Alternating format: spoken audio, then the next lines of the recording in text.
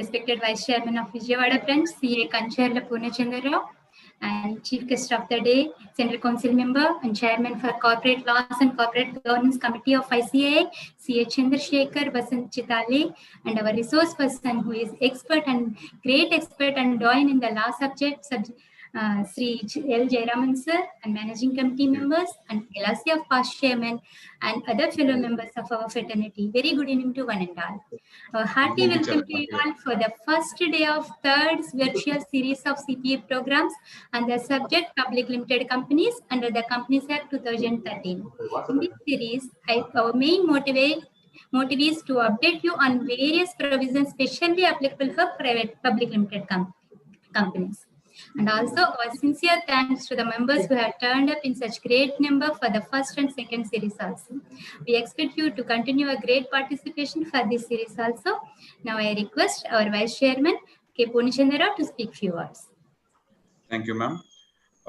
Central Council Member and Chief Guest of the Day, CA Chandrasekhar Vasant Chitale sir. Today's resource person, C. Jayaraman sir. And Central Council members who are supposed to join, who gave their consent, but due to meetings at Delhi, they will be joining a bit late, sir. In absentia, Prasanna Kumar sir and MP Vijay Kumar sir, and my dear delegates, good evening to each and everyone. As ma'am has said that we had a wonderful session. Let us say 2 parts. We put it as 2 parts. Part 1 on private limited companies by Jayaraman sir only. For 9 straight sessions we had, and we had wonderful series. And the response which we got is very wonderful, sir. The feedback we received by branch is excellent, and they requested us to conduct much more sessions like this. So we immediately approached Jayaraman sir, and we planned this on 21st and 22nd and 23rd. So this is going to be a program on 3 days exclusively on public limited companies. Sir is going to deal in that. Okay. I know our friends are busy in tax audits, but we thought that the announcement might come by this day, that the extension notice will come by this day, but it is yet to come. But even then, I see a good number of delegates stand up to listen to Jayaraman sir. And even one memory I should share with Jayaraman sir is I am a student of his Jayaraman sir, and 1 month we used to listen to corporate law subject, and a full 1 month we not used to miss a single session also. Because it's the deliberation that we used to wait when sir will start the session, and we used to wait till 4 hours to listen to sir. So same thing happened last 9 sessions also when he deliberated upon private limited companies. So we expect the same on public limited companies also. And Central Council Member Chandrasekhar sir is with us. He is the direct member relevant regarding to this. He is the chairman of Corporate Laws and Corporate Governance Committee. He is here with us today. So he will be briefing us a bit on that. With this, I hand on proceedings to Madam. Thank you, ma'am. A great pleasure to introduce our Central Council member, CA Chandrasekhar Vasant Chitale. He is based in Pune and qualified in 1984. And he is being the partner in CV Chitale & Co., the firm which has offices in Pune and Aurangabad. He specializes in corporate statutory audits and internal audits and taxation advisory services, etc. Regarding his role in ICAI, he is now being the chairman of Corporate Laws and Corporate Governance Committee of ICAI, and he is also the member of various other committees of ICAI. And he has written several articles in newspapers and periodicals, including the Economic Times and Management Accountant and Taxman and Ardhamanthan and Sampada and Sakal, Maharashtra Times, Loksata, etc. And he is being the treasurer of Maharashtra Chamber of Commerce, Industry and Agriculture, and also he is the holding charge of Direct Taxation Committee. And he is the member of Cost Accounting Standards Board of Institute of Cost Accountants of India. And he had been visiting faculty at Garwar College of Commerce and at various management institutions. And also, he has delivered lecture at Vasant Vaikanmala at Pune, founded by Lokman Balagangadhar Tilak. And he has delivered several lectures at conferences and meetings of professionals and other topics of auditing, accounting standards, taxation, and etc. In fact, sir has not given his profile. We Googled it to get the above information. But sir, your journey is really inspiration to us. Sir, I request you to give you a valuable message. Thank you. I think MPV is also around. Yeah. If you want MPV to talk first, sure. I think Now, if it's fine with you, Shekhar, I'll speak for a minute. And yeah, then welcome, sir. MB sir, welcome. Thanks, Purna. Thanks, Srita. Thank you. At the outset, thank you, Chandrasekhar Chitaleji. We very fondly call him as Shekhar. And it's been a pleasure getting to know of him. It's about close to 2 years since I got introduced to him. Maybe January, I would complete 2 years of my relationship with him. Most importantly, he is one of those very few persons who is extremely vocal in terms of sharing the facts. It requires a lot of conviction when somebody has to speak that kind of openness, So that comes only out of strong depth of knowledge and high integrity in terms of the practice. And it's been a pleasure that I enjoy the benefit of his friendship. And when Srinivas Rao Garu asked me to request him to address us today, he was kind enough to accept the invite and address us today. Sincere thanks, Shekhar.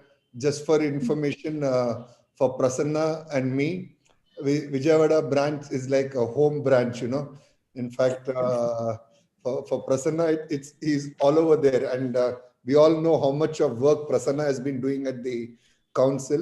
He's been doing exceptionally good work at the council, both on the disciplinary side, the PDC side, the new MEF form has been exceptional there, and similarly on the examination front. And I had the opportunity of spending 2 years of my childhood in Vijayawada. I studied at Vijayawada, and the people there have been extremely hospitable. So greetings to all the members.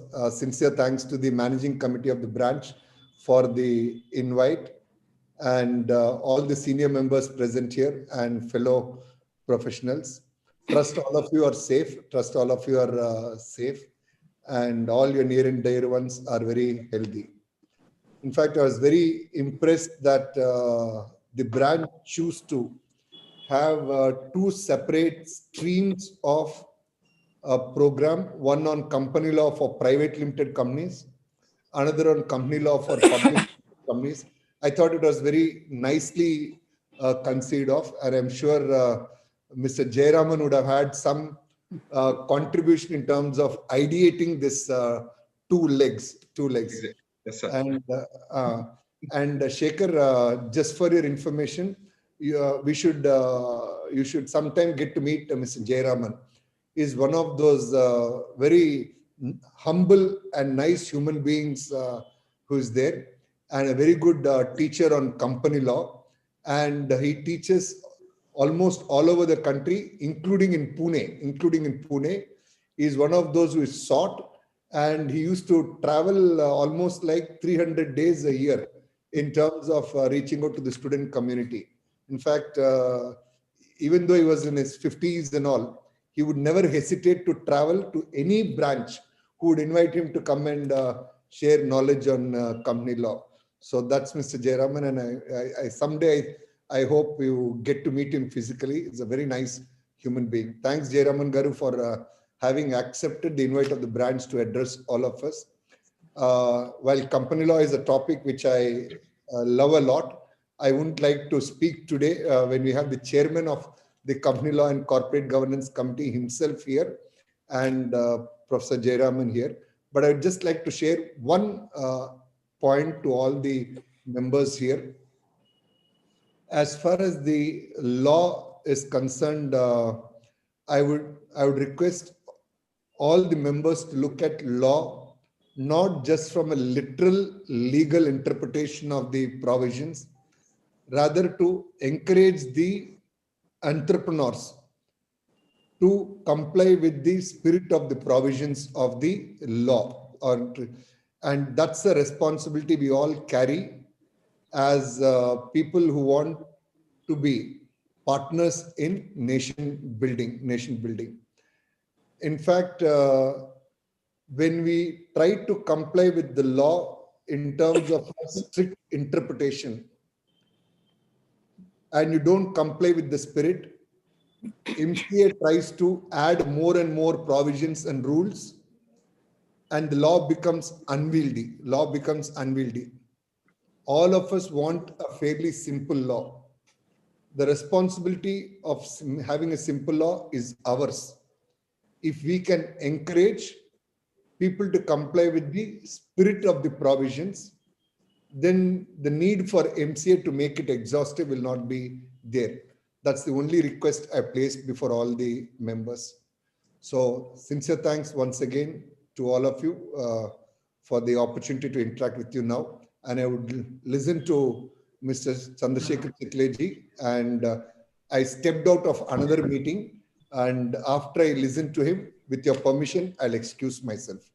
Over to you, Shrita. Well, Thank you, sir. thanks. MPV Kumar, sir, you are always make me cautious to the members, and I request Chandrasekhar sir to give your valuable message. Well, thank you. It is my pleasure to join this first session on the 3-session series on public limited companies. It is indeed very heartening to note that branches outside metro cities are also taking keen interest in company law and trying to understand the provisions and inculcate them in our fraternity. I also welcome MP Vijay Kumar, who is Chairman of Accounting Standards Board and representing us at NAFRA and doing wonderful job for the institute. In absentia, 2 persons, Sri G. Srinivasa Rao, Chairman, I think, who just came out of Corona, and we pray for his speedy recovery. And once with antibodies, I think the whole Vijayawada branch would be strong enough to fight the Corona. Sure. Prasanna Kumar is also our dear friend, and MPV also told about his invaluable contribution, and he is really doing wonderful job. The recently accomplished exams, Prasanna Kumar had great to contribute in these programs, which took place seamlessly. And the institute really is indebted to his wholehearted support for conducting these exams. Well, faculty for these 3 sessions, Professor Jayaraman, Vice Chairman K. Purnachandra Rao, Secretary Sritha, Treasurer N. Narendra Babu, the SICASA Chairman R. Ravi Kishore, D.Y. Nagvalli, member of the committee, Sunitha, member of the committee, and T. Chandramathan, who is regional council member and also on this particular branch. And all of you members who have joined this particular 3-day webinar. It is indeed, as I said in the beginning, heartening to note that we are trying to learn company law, because generally what happens after qualifying, one is so much engrossed in tax practice, maybe direct tax practice, maybe indirect tax practice, which may be more lucrative, that at times we find that company law and auditing remains a back burner. That should not so happen. And now, let me tell you, the circumstances are such that even chartered accountants need to understand thoroughly well the company law. And those circumstances are, as you know, that as far as this government is concerned, in their election manifesto, the BJP had promised for non-adversarial tax regime. And the successive steps that we are noticing are really towards this non-adversarial tax regime. In direct taxes, there were a number of issues which were being debated. Circulars are being issued, and those debatable issues are made non-debatable. Just to cite one example, that in case of share trading, there was always a debate whether it is a capital gain or a business income, depending upon number of transactions and so on and so forth. CBDT has come out with circular that whatever manner in which the assessee has returned this income, whether as a capital gain or as a business income, please do not challenge it, please accept it. So the income tax department is accepting it. Now recently that Vivad Se Vishwas scheme, they want to eliminate number of litigation and bring down to a moderate level. This scheme is also unique that you are not going to pay any interest. You are just paying tax, whatever it charged. Penalty also is there. And if penalty is imposed, then maybe only 25% is to be paid. I think all of others, please be on mute so that. Second aspect of this direct tax practice is again mechanization. All the information via TDS and other returns the income tax department is collecting, and they will be compiling returns for assessees, and those returns will be furnished to you. Even now, after the tax audit, you are given 1 month period, because whatever disallowances, etc. are there, they will be compiled in the form of return of income. And whenever you open your return of income on website of the income tax department, you will actually look at your taxable income computed based on whatever information is furnished in tax audit report. So this mechanization also delimits the exposure to tax practice.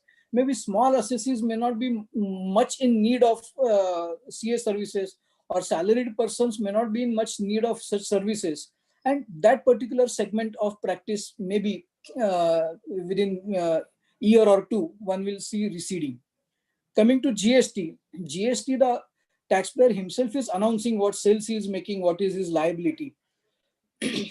On credit side, others are also filing that whatever those who are input suppliers to him, they announce that, okay, this much tax we have collected from him and paid to the GST department.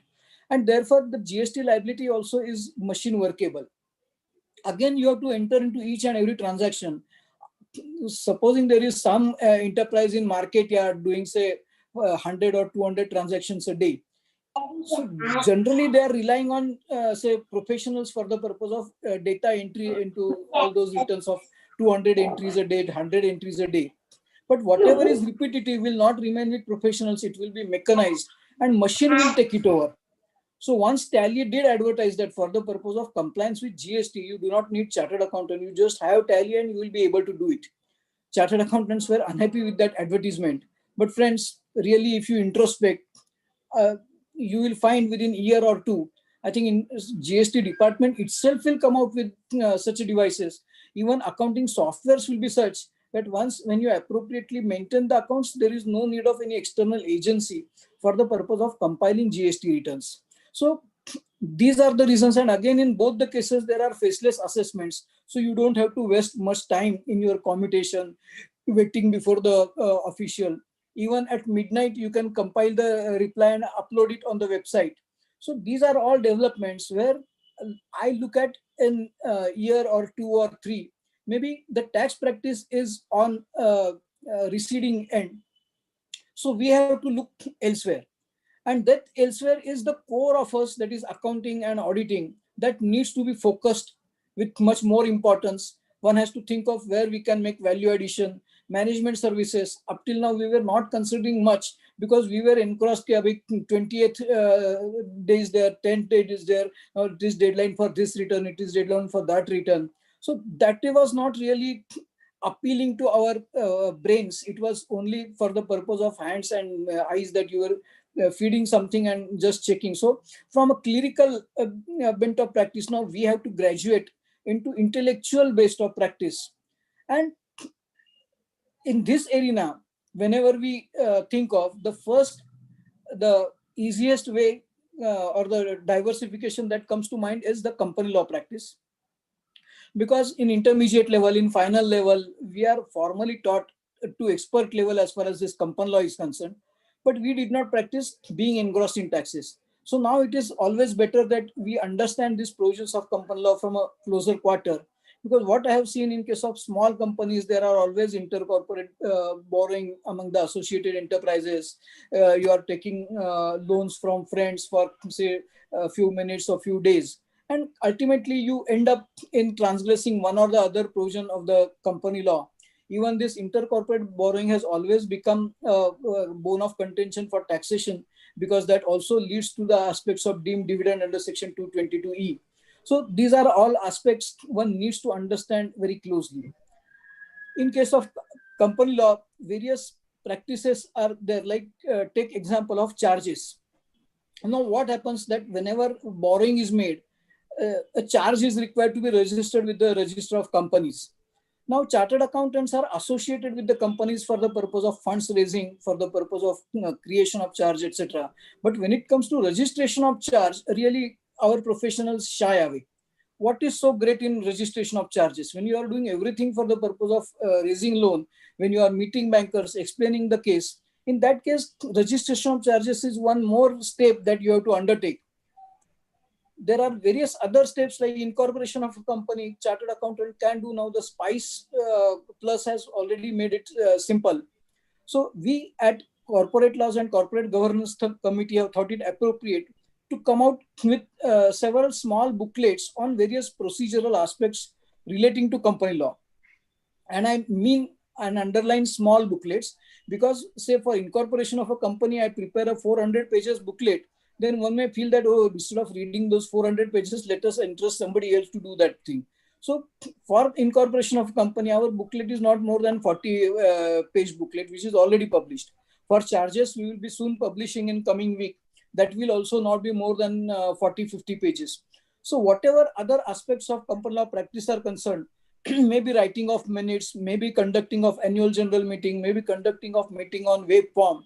If your branch takes leads and provides us the draft material for the purpose of these booklets, we will be very happy to get them vetted at our committee level from others and publish it at the office of institute, so that all the profession gets benefited with this particular endeavor.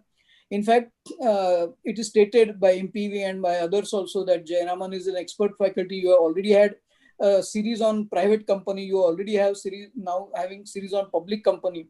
So maybe you can capture various aspects of practical nature. And if you prepare small booklets on those aspects, we will be very happy. In case of charges, really, what I want to underline is that whenever charge is created, it is in the interest of bankers that it is registered. The lenders, they do take care that charges are registered. But when the charge is vacated and you repay the debt, at that time, the corporates are so jubilant that they got the property documents back, that the aspect of registering that vacation of charge gets remains a back burner and nobody does it. And then you realize that, okay, that charge vacation has not been registered. Only when you are making second borrowing, offering the same security, you realize that with ROC that is already given to some other bank, and that loan I have repaid maybe 6 months ago or 1 year ago. And by the time you go for that registration, you have already delayed the matter, and then it costs the company. So it would be a better area of practice for all the chartered accountants. You can have third series with persons like Jayaraman available with you, I venture to say, and considering the enthusiasm, that NCLT. Now, if you look at the corporate litigation, that litigation ends up going to Company Law Tribunal, CLT, or National Company Law Tribunal. Now, if you look at the dispute, those disputes are really relating to mismanagement or misappropriation of funds or misutilization of corporate assets or improper decision making. And who is arguing? Maybe other professionals who are not really having much go at management. They are arguing those cases. We as a chartered accountant, we are doing audits. We understand the accounts. We understand the importance of finance. We are formally trained for the purpose of management. We are the better guys to present the company's case or anybody's case before these tribunals. So, of course, like now you are familiar with appearing for CIT appeals or maybe for GST appeals or tribunal. But only there are certain different procedural matters when you talk of Company Law Tribunal or National Company Law Tribunal. So if we have one series on similar aspects, in fact, we will hold it on all India basis also under the auspices of CLCGC if your bank takes leads under guidance of MPV or Prasanna Kumar. Then we can do it jointly. And we want more and more chartered accountants to be associated with this Company Law Tribunal or National Company Law Tribunal. That would be a different area of practice. Up till now, supposing, I don't know, Vijayawada won't be having a bench, it may be at Chennai or it may be at Bangalore or elsewhere. But because of these e-hearings, now that is not coming within your way for the purpose of your foray to appear before these tribunals. Now, e-hearings are also there. The Parliament has constituted a committee of conducting e-courts, how it should go in days and years to come. So maybe physical attendance will be dispensed with. And once the physical attendance is dispensed with, you sitting at Vijayawada would be in a position to not only appear before, say, Bangalore bench or Chennai bench, it can be also a New Delhi bench before which you can appear electronically. So that is the vast opportunity being made available because of this e-era, and particularly that is the silver lining of Corona, I would say. That yes, it has given some different dimensions and opened up each small city for any big work. So we must really welcome this opportunity with both the arms open. And definitely, if you think of it, we will. And we also would like to come out with a booklet on this practice before Company Law Tribunal or practice before NCLT that will guide the professionals to really have a go at this area, and which will definitely add to our feather in practice for company law. 2-3 aspects on company law. One is the annual general meeting. The extended due date is 31st of December. So before 31st of December, those meetings should be held. Today itself, our committee, Company Law and Corporate Laws and Corporate Governance Committee, has given representation to the MCA to consider extension of this time limit. And while making these representations, generally, I'm taking care of not mentioning that we are not able to do the audit. But what we have stated is companies are not able to complete their accounts because of Corona at their end or because of commutation restrictions. So corporate sector has represented us. It will be very difficult for them to complete correct and true accounts and to submit them for audit. And that's why audits have also not taken place. So in the background of this situation and Corona, and even Parliament session not being held because of Corona, it would be very difficult for companies to really conclude their accounts and have AGMs before 31st of December. So maybe by some way or the other, you extend it by another 3 months. So that representation we have made, and we believe that that is likely to be accepted. In case of tax audit also, our direct taxation committee has made representation for extension of due date for the purpose of this non-tax audit ITRs for the purpose of tax audit. And it is requested that the same should be extended till March. Maybe if not March, till February. We hope that it will be extended, including the much coveted Vivad Se Vishwas scheme. That also a request has been made. Even I had opportunity to meet with Chief Commissioner, the Principal Chief Commissioner, on the other day organized one program with our branch. So there we were informed that in case of penalties and such other technical non-compliances, inner feeler has been sent to all the officers across the country that not to take any harsh measures of penalty, etc. So the government is also considerate, and they are also in a mood of cooperating with the assessees for the purpose of facilitating them in a procedural manner, although not a pecuniary manner, by reducing taxes, etc. But at least in procedural matters, they have asked to take lenient view. I think what is true of this particular direct taxes must be true of even GST and other departments which are run by central government, that they must have instructed to take a lenient view whenever there is a procedural lapse, because in this situation of a pandemic, it might not have been possible for a particular organization or a person to comply with those things, not the intention being there to defy the law. So let us also enlighten the assessees, the corporates, about whatever different services we are providing.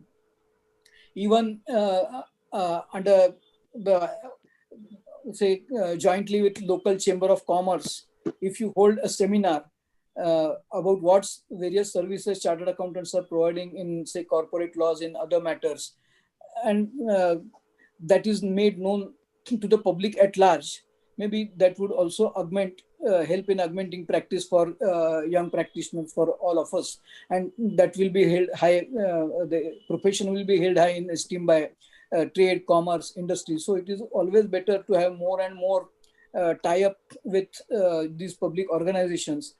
Particularly in Pune, we are also planning to meet police commissioner, the judges from the court, and all those who matter in the process of decision making when it comes to the cases against chartered accountants or arrest of chartered accountants, and make them understand what is the role played by the chartered accountants. Because we find that in case of particularly cooperative societies, they are associated with political bigwigs, and whenever any problem takes place, rather than going after the culprit, first they put behind the bars a chartered accountant.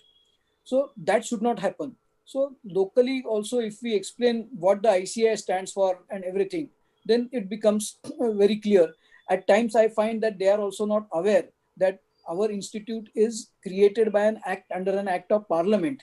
They feel that we are yet another association of chartered accountants, not having any statutory rights. So first, at each meeting with this public official, we must tell that we are created by the parliament. We are not the association, and we are governed by Ministry of Corporate Affairs. Our minister is Nirmala Sitaramanji and Thakurji. So if you tell these things, then they understand that we are part of the government, and due cognizance is taken at various level, even for the purpose of getting premises for the branch. This also becomes one moot point.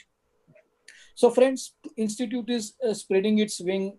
It is very fortunate to have very dynamic leaders like MP Vijay Kumar, like Prasanna Kumarji. Another persons also we have from South, like G. Sekar, Rajendra Kumarji, Babu Abraham. So all of them are really working relentlessly for the benefit of profession and for elevating its standard at each walk of life. Company law being our turf, it is necessary that chartered accountant should pay greater attention.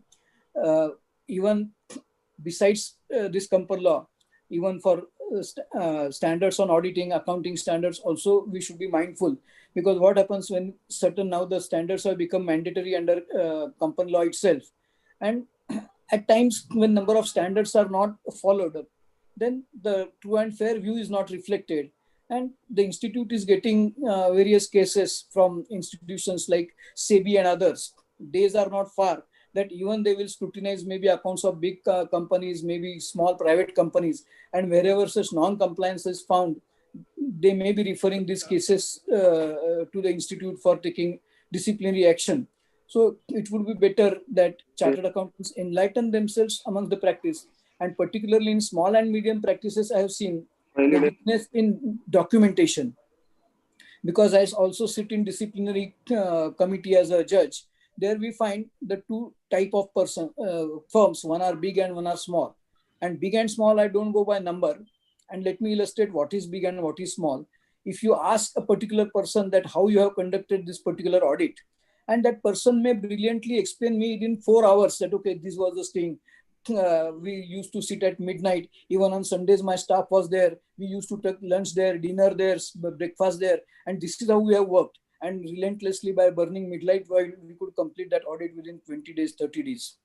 This is one set of firms. I call them small firms. And big firm are those, if we ask them how you have performed the audit, they will just place on table 4 audit files, having everything audit program till the conclusions drawn, confirmations, etc. They won't talk a word. Their files will talk. So in auditing, the principle has to be understood. Auditing not documented is not done. And we find that those are the firms which are small and medium firms. They are not very careful about maintaining these documentations. So through such series, you also should try to impress upon the membership that auditing standards are to help them. They are not to impose certain restrictions on them. Because ultimately, you have to canvass that you have performed the duty assigned to you. The assignment which was given to you has been performed with due diligence. And only papers will be able to substantiate your contention, not the words. So also try to impress upon all the members that yes, auditing standards, the learning doesn't end at CA final examination, but really its practice starts thereafter.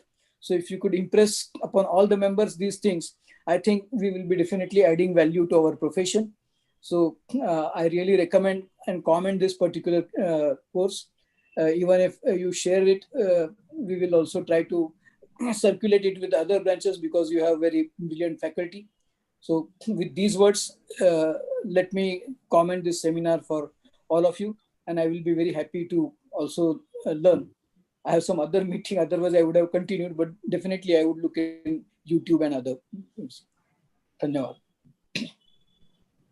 Thank you, Central Council members Chandrasekhar Chitale and also CMP Vijay Kumar sir for spending your valuable time in spite of your busy schedule and gracing the occasion, and also making us cautious and also updating us on how ACA should focus on corporate law practice rather than depending on tax practice and GST practice, and also particularly in the areas of creation of charges and presenting before appellate authorities. Thank you so much, sir, for your valuable and precious messages. Thank you so much.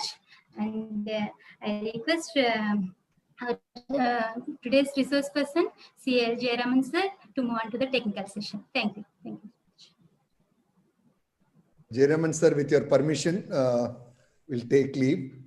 Definitely. Okay, sir. Welcome. Of all the other members as well. Shekhar, thanks a lot for addressing us. Pleasure listening to you, and thanks for the wonderful insights. Thank you. Thank you. Thank you. Thank you, MPV sir.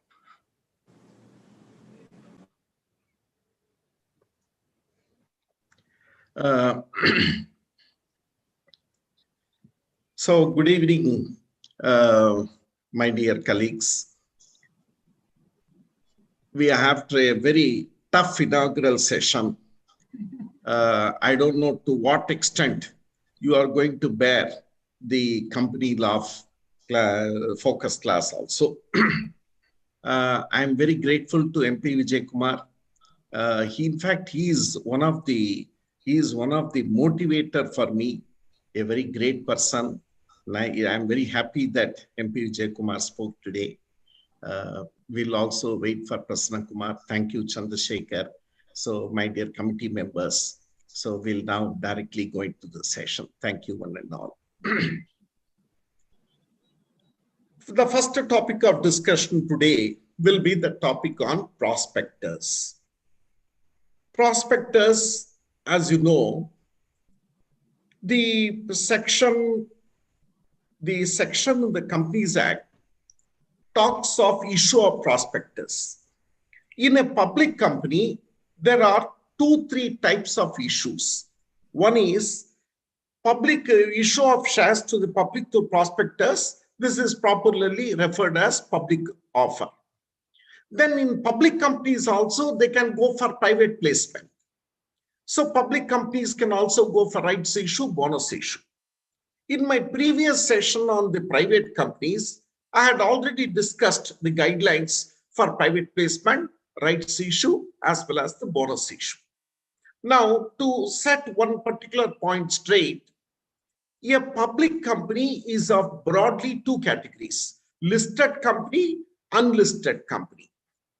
Now, listed public companies are those companies which issue prospectus and they go for public issue and the shares are listed in the stock exchange. There are about 30,000 listed companies. The rest 270,000 are public companies but unlisted. So the 270,000 public companies cannot go for public issue, but being a public company, they can go for private placement. So this public issue has been made only by this 30,000 listed companies which you have today. So what are the guidelines for public issue of shares? Now, public issue is again classified into 3 categories. IPO, initial public issue. So far it's unlisted company, they are going to issue the shares for the first time and get the shares listed, IPO. Then further public offer of securities. It's a listed company. It is not going to go for rights issue. Avoiding the right issue by passing special resolution. Again, they are going to go for further public issue. What are the guidelines? Then offer of sale of securities to the public. So SEBI has come out with guidelines in all the 3 areas. Then, now, in case of listed companies and a company which is going to be listed, that is going to go for IPO, they have to comply with not only the provisions of the Companies Act, they also have to comply with the provisions of SEBI, rules and regulations made therein. Right.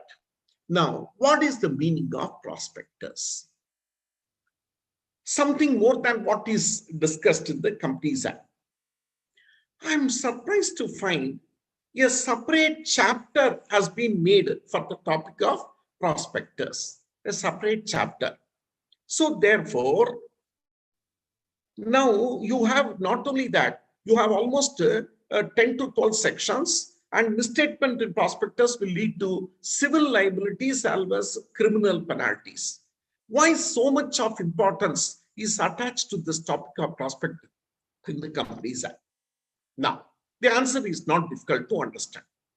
I'll start from the beginning to understand the basic roots of this topic of prospectus. One, when you go to your shop to purchase a color TV, purchase of color TV from a shop is very easy exercise. Why? The product is in front of you. You can compare the features, you can compare the price, you can assess the qualities, and then take a decision straight away. So what I'm trying to tell you, going to shop and purchasing a color TV is a very easy exercise, unlike investing the money in the shares. Now, why do you invest the money in the shares? As simple as that, for returns, the various types of returns, the dividends, the right shares, the bonus shares, and the market value of the shares, all those things is the returns. But then one very important point is, when are these returns going to come? Not today. The dividends, right shares, bonus shares, market value of shares, all that is not going to come today. They are going to come over a period of time. The project has to be established. The commercial production has to start. The product has to establish, and then profits you are to earn. Then the question of dividend and all these benefits. Therefore, today, on what basis you are investing the money? Today, you are investing the money on the basis of a document called prospectus. I would say prospectus is nothing but a set of promises. I would say it is set of promises because it may happen, may not happen. That is the issue. So there it is possible that companies may promise in the prospectus that the Golconda Fort, Charminar, Salar Jung Museum, Marina Beach belongs to the company, as simple as that. So prospectus is a bridge linking the investors at one side and the companies who want to mobilize money at the other side. So the companies who issue prospectus on the basis of set of promises may happen, may not happen. Therefore, some kind of fairness must be there. That is the issue before us. That is why the Companies Act, the provisions of SEBI, all these are very much involved. That's it. So some kind of fair play has to be done. That's why in the New Brunswick Muggeridge case, he says the prospectus must tell the truth, the whole truth, nothing else other than the truth. Nothing should be stated as a fact which is not so, and no fact should be omitted. This is all the things. And not only that, for misstatement of prospectus, it will lead to civil as well as criminal penalties for the same offense. You can be sued under various sections for the same offense. So in this background, let us read the topic of prospectus. So in simple words, the promoters of the company are going to tell in this document, this is the plan of action we have. This is the schedule. This is how we are going to go ahead with the production after establishing the unit. And this is the kind of profits we'll be earning. And that is what we are likely to distribute. Then they are all promises, promises, and promises. So be careful when you make a promise. Don't tell something which you cannot attain. Hence the focus on this topic of prospectus. Right. So the Companies Act now says prospectus is any document issued or described as prospectus, including red herring shelf prospectus, includes notice, circular, advertisement. Right. Very interesting point. You issue a document called prospectus, enough. The matter ends there. In the heading itself, you have stated it is prospectus, over. Sometimes some corporates play a very nicer role.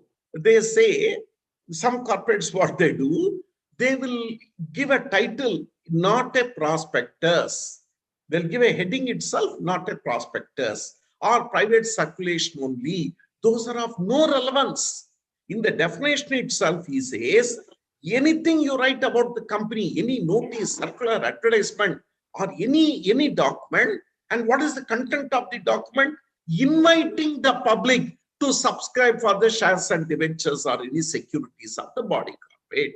So if you issue a document highlighting the achievements of the company, fair enough. It is not a prospectus, but somewhere one sentence if you write, so the company is going to come out with the public issue shortly, please subscribe for the shares or securities. Then it becomes a prospectus. If that sentence comes, then it becomes a prospectus. And now in the revised definition, he says, prospectus also includes red-ink prospectus and shell prospectus, which will come to that slightly later. So this is the technical definition of prospectus given the Companies Act. So the point to be understood is, just because you are not mentioned the word prospectus, it will not exclude itself from the definition of prospectus. That is the point to be observed. So it's a broad definition. It's a broad definition. Then, if you look at the definition very carefully, there must be invitation to the public. Invitation to the public. What is public? They have not defined. Even a section of public is a public. If you issue prospectus to the doctors in Vijayawada, it is also invitation to public. It should be made by the company or on behalf of the company. We'll discuss on behalf of the company slightly later. The invitation to subscribe or purchase. Later on, we will see offer of sale document also comes under the definition of prospectus, or it's just directly to subscribe or to purchase. You might have allotted shares to someone and they also take the shares. I'll come to that slightly later. The invitation should be for any security, shares, debentures, and similar kind of instrument. Then the provisions of the Companies Act regarding prospectus. Every prospectus must be dated. We attach importance to the date of prospectus because the facts and figures given in the document is relevant with respect to a particular date. Because we live in a dynamic world. What is true today may not be true tomorrow. So date is very relevant. So the facts and figures are correct only with respect to a particular date. So date is important, and also signed and state that the reports have been specified by SEBI if they consented all. Signed, it should be signed by all the directors. I'll come to that. And they are making a commitment that we are telling the truth, and all the statements and reports specified by SEBI and the government has been included in this document called prospectus. It should be approved by the board and signed by all the directors. Very interesting. It should be approved by the board, meeting of the board, and signed by all the directors. Very few documents you will find in the Companies Act where every director has to sign. This is one of such document where every director has to sign, because we'll see later on that for misstatement in prospectus, every director will be liable, whether he is old-time managing director, or ordinary director, or additional director, or alternate director, or nominee director. Everyone is going to be liable for the contents given in the prospectus. So tomorrow there should not be a situation coming before the court that a director trying to tell, I'm not aware the company has issued prospectus and all that. So it should be approved by the board and signed by all the directors, and you first register with the ROC before the prospectus can be issued.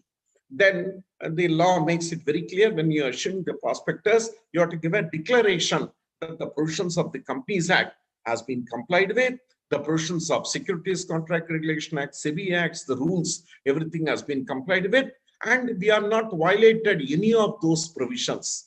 That statement has to be given in the prospectus. These are what the Companies Act talks to. And it is very important that you write in the prospectus itself, I have delivered this prospectus with the ROC, and it is a registered prospectus which I am issuing. Then the prospectus must be issued within 90 days, because the 90 days itself is too long a period of time. The facts and figures would obviously change. But then the law thought, no, it will take time. See, we cannot go on issuing prospectus on daily basis. So if you have issued a prospectus today, then the public issue, everything, including listing, has to be completed within that period of 90 days. So, and the prospectus validity is restricted. If you're not coming out to the issue within 90 days, again, you have to give the latest prospectus, giving the facts and figures thereon. Now, punishment is terrible. You know, the fine, the company will be punished with fine from 50,000 to 3 lakhs for violation of any provisions, the prospectus. Any party who is knowingly a party. See, this is very important. Who is punishable? Not only the directors of the company. I'll come to that at a later stage. For the present, remember, the director, the promoter, the expert, any person who authorized the issue of prospectus, all these people will be punished.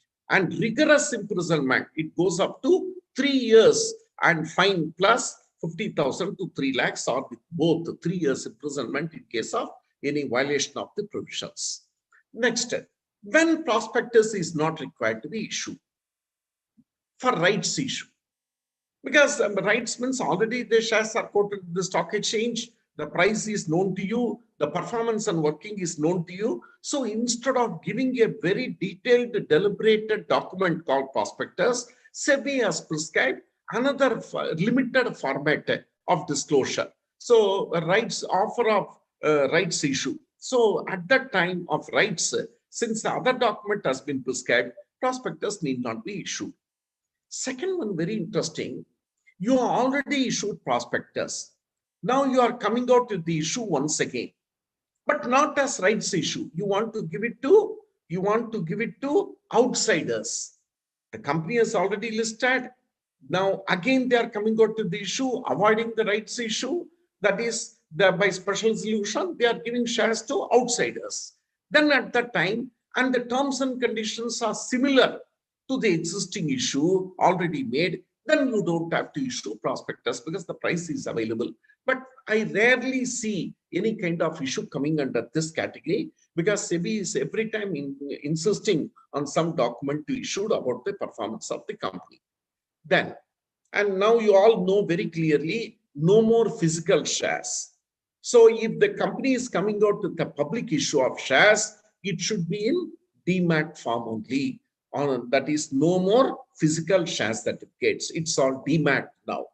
So from Depositories Act of 96, the last 10 years plus, you have to get yourself registered as with a depository participant, and then only you can apply for the shares. So the companies have no option to issue any physical shares in case of listed company coming out to the public issue. Now, demat, there are a lot of advantages which you are aware of it, because there is no physical shares. So the question of duplicate share certificates, all that is literally gone in demat. So it is a foolproof method having great advantages. Now, the most important point which all of you must understand is demat is not only limited to listed companies. Demat is made compulsory. Demat is made compulsory. Demat is made compulsory for every public company, not private company. For every public company, demat is compulsory now, whether you are listed or not. So unlisted public companies should also issue securities in demat form only, and all the existing company must convert into demat as per the provisions of the Depository Act. So now, please look at that provision. And all existing companies also hereafter has to make any further issue, rights issue, bonus issue, and all into demat form, online demat form only. That is electronic mode, not in physical mode, for existing companies also. So they have said every holder. So for a company's point of view, it is compulsory. Company's point of view, it is compulsory to issue any further shares only in demat form. Every public company, I repeat. Now, what about the investors? Investors also should get it converted into demat from 2018 on. So, if you want to sell the shares from 2nd October 2018, unless it is in the demat form, you cannot sell your shares. So please convert all public companies. I repeat 1,000 times. Of course, ROC has not started taking action seriously. All public companies, if you have not converted into demat, please register with the NSDL or CDS or any these companies and convert them into demat. You advise all the shareholders of unlisted public companies also to obtain registration with the depository participant. Otherwise, it is going to be very difficult. And ensure they are all demat form. And not only that, all unlisted public companies shall submit the form number PA6 to ROC within 60 days from the conclusion of every half year, certified by a chartered accountant or company secretary, that yes, I have converted all the shares into demat form and the company has complied with the provisions of this section. This is one area where every chartered accountant must be very careful. And the company shall immediately bring to the notice any difference between the capital, all those. The format itself gives you all these details. Okay. And grievances of the security holders must be filed with the Investor Education Protection Fund Authority, IPKF. They can go and report against your company for any grievances. So these new provisions you have now. Now, one more small point in the topic of issue of prospectus is, now many companies, when they go for issue, they issue prospectus. And they would have stated thousands of facts in the prospectus. They would have talked of collaboration agreement, marketing agreement, production sales agreement, or they would talk of working capital arrangements, term loans, many such agreements, long-term agreements will be given the prospectus. Now, they find a situation where after the issue of prospectus, they want to amend those amendments. It is nothing but fooling the general public. General public has taken up the shares on the basis of these documents. I repeat, general public has taken up the shares on the basis of these documents, prospectus. And so far you change the collaboration agreement, you make some modification, make an amendment. Now it is not possible. All those documents which are mentioned in the prospectus, those documents, if you want to amend, again shareholders' approval will be required by passing special resolution. Beautiful. Board cannot do it. A company shall not at any time vary the contract referred in the prospectus or objects except by way of special resolution. Wonderful.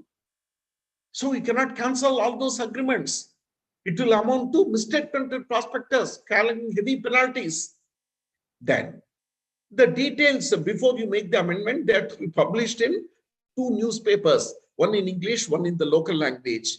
And also the company shall not use any amount raised in the affair. This is very important. Now you issue prospectus, the project never comes up. You don't know what is happening to the money which is raised by the company. So that money should not be used for a list for purchasing the shares of other companies. So all these provisions are to be strictly followed. And dissenting shareholders by the should be given exit opportunity. Okay. So who don't, in other words, those who are not agreed for the special resolution of this modification, that they should be given an exit opportunity as to who will purchase the shares, at what price they will sell the shares and go away. Right. This is all about the basic discussion about the prospectus. Now, quickly running through some issues. The word untrue prospectus has got a broad definition. Untrue prospectus has not a limited definition. What is untrue prospectus? Non-disclosure. Silence also will amount to fraud. Non-disclosure, wrong disclosure, half disclosure. Everything will amount to untrue statement. Wrong disclosure, half disclosure, then half disclosure, wrong disclosure. Everything will amount to untrue statement. Right. Now, non-disclosure. Something which you have to state, you are not stated, is also misstatement in prospectus. What beautifully says the wording, when the omission from a prospectus of any matter calculated to mislead, the prospectus in respect of the omission is untrue statement. For example, you write in the prospectus that we have entered into a technical collaboration with Suzuki of Japan and blah, blah, blah, all the terms and conditions you have written. But then there is a very clear point in that technical collaboration agreement that unless you pay 25% of the amount specified therein before 30th November, this agreement becomes void. And today is December, you are not paid the amount that you are keeping quiet. That is also misstatement in prospectus. You have omitted certain facts with the idea to mislead the general public. That is also untrue statement. Silence will amount to fraud here. And another point, how do you say it is untrue statement? Whether a statement is untrue or not is judged in the context in which it appears and totality of impression it creates. Such a beauty of the language. How do you technically define that it is untrue statement? Whether a statement is true or not is to be judged in the context in which it appears and totality of impression it creates. Hats off. For example, say for the fun of it, one guy came out with a prospectus, ABC Industries Limited, and he is arguing before the court, sir, I've issued a prospectus with 40 pages of true statements. Very good. Sir, in one particular page, in one particular paragraph, there was a misstatement, sir. Sir, only one paragraph there was a misstatement, sir. That's okay, yaar. What is that misstatement? Sir, only one paragraph. Okay, yaar. What is the misstatement you made? Sir, by mistake, I wrote in that one sentence, sir, that Mukesh Ambani and Anil Ambani are the promoter directors of the company by mistake. One small misstatement. You have wrote one sentence that Mukesh Ambani, Anil Ambani are the promoter directors, and it's a small statement. Array, my dear, the entire general public has taken up the shares and it is oversubscribed 10 times only because of this one sentence. And for this one sentence, you will get 3 years in prison. That is the point here. See, whether it is true or not, judge the context in which it appears and what impression it creates in my mind. That's the point. Or if Reliance Group are the promoters, that's enough for me. I did not read anything. Other things are irrelevant to me. Suppose you made some mistake in some sentence, or say in some grammatical mistake, or some address 2-7-4-42 by 24 by some by you have written wrong. That's fine. That is how you have to see what is misstatement. And half disclosure is no better than blatant lie. Half disclosure. You all read when you were a student, a company said, we have paid a consistent dividend of 20% for the last 5 years. What impression creates on the mind of the investor? They already started commercial production. Their product is established in the market. And then 20% dividend means it's a well-established company. All this goes in the back of your mind. But later on, what they did not disclose is the company has declared consistent dividend of 20% in the last 5 years out of revaluation reserve. Stupid fellow, that they have not discussed. So that means what? They have not started commercial production. No product has come onto the market. This stupid fellow, daily land, buildings, plant and machinery, he has revalued it. That's all. And that is how we have shown the prospectus. So the misstatement has a very broad term. Non-disclosure, wrong disclosure, half disclosure. One is a proof for misstatement prospectus. Very interesting. The misstatement proof, onus of proof lies with the allotee. Company need not prove anything. So the allotee who makes allegation in the court of law, he has to prove. What he has to prove? The representation misstatement was a fact, not on opinions and all. Fact. And it should be a material fact, not some address change, this, that. What is material fact depends on facts of the case. And he has to also prove that that particular sentence of misstatement impressed him, attracted him to apply for the shares. Had not been that statement, I would not have applied for the shares. He has to prove that also in the court of law. And in consequence of acting on the basis of the statement, he suffered damages in consequence.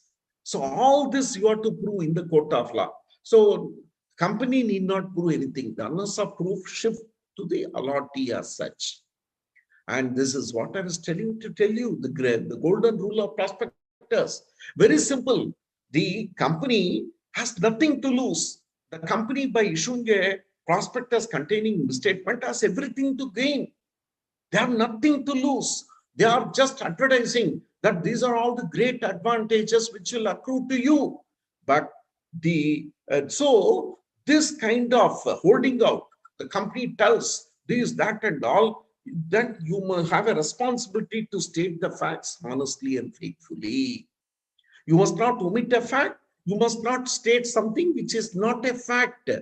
So the point is very simple. The company has everything to gain and the investors have everything to lose if they put the money on the basis of a wrong document. This is what was told in the universally accepted, worldwide accepted case law, New Brunswick and Muggeridge case. You have to be fair enough. At the start of the class, I told you this point. Now, next is who can be sued for misstatement in prospectus? Hey, very simple. Who has issued the prospectus? Company. Who has received the money? Company. For whose project the money is used? Company's project.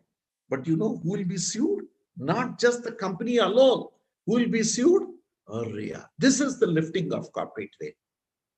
You will sue all these people, the company, the director, every person whose name appears in the prospectus, every promoter, every fellow who has authorized the issue of prospectus. Why this kind of stringent provision? As simple as that. Don't promise nonsense in the prospectus. Be very careful. That is why the law says the consent letter from each of these guys whose name appears in the prospectus has to be filed with ROC. So put them behind bars so that everything. See, company is a legal person. It doesn't have hands and legs of its own. It is the directors and all these people who write something about the facts of the company. Be careful when you write something. That seems to be the whole idea. That is the whole idea. Then every expert also. Now, what is the remedies for misstatement in prospectus? Suppose I've invested in the shares. Okay, I've lost a lot of money. There are some misstatement. First, I already told you, you can sue the company and the others for civil liability as well as criminal liability for the single offense. Right. Now, normally you have another two choice. The investor can sue the company. The investor can sue the directors, promoters, and others. They can sue the company. They can sue the directors, promoters, and others. So, right. I request all the participants to keep in the muted form. Please keep in the muted form. The others. The person, so whom you can sue, at one end you can sue the company, and the other end, without suing the company, the affected person can sue the directors and promoters also. But there's one small catch point here. If you sue the company, you can sue for rescission of contract. Come on, termination of the contract. I don't want to continue as a member. Remove my name from the list of members and refund the money, whatever I have paid. And second, I can also sue the company for deceit, cheating.